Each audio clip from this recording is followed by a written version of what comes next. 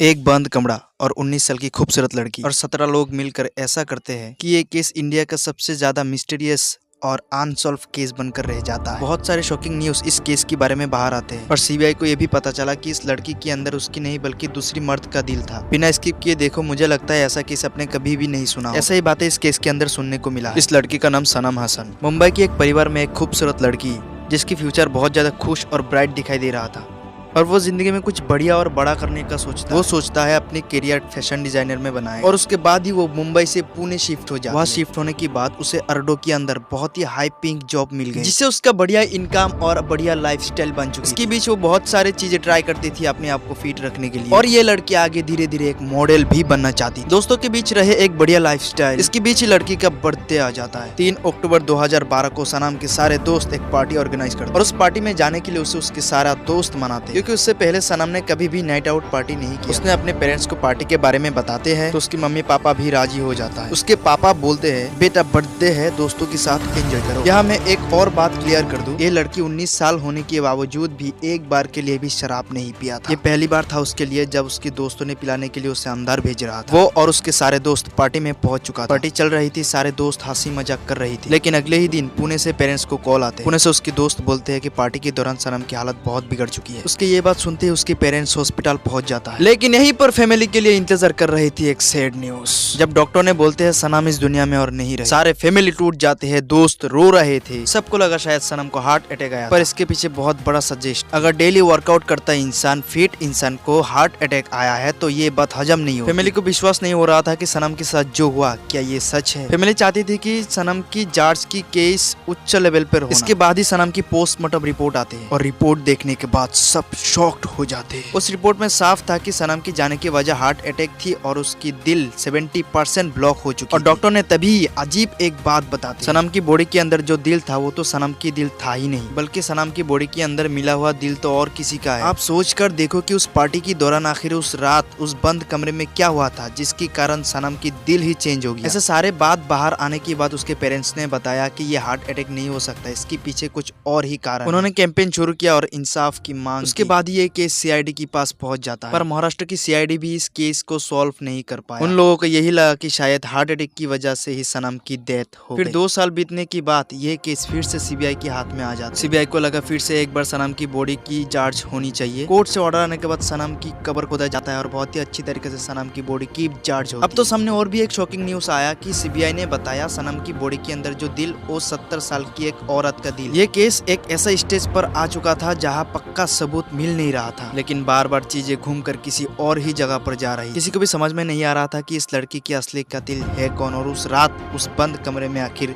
इस लड़की के साथ हुआ क्या। आखिरकार सीबीआई को पता चला कि उस बंद कमरे में सनम के साथ बहुत ही गलत हरकतें, गलत काम। पर वो कौन थे? हजारों कोशिश करने के बावजूद भी वो नहीं मिला और इंडिया के अंदर ये एक ऐसा केस बनकर रह गया जिसे कोई भी सॉल्व नहीं कर पाया और आज भी सनम को इंसाफ नहीं मिला। जस्टिस फॉर सनम हसन। ऐसे और जानकारी के लिए मेरे चैनल को सब्सक्राइब कर। मिलते हैं नेक्स्ट वीडियो पर। Thank you, bye bye.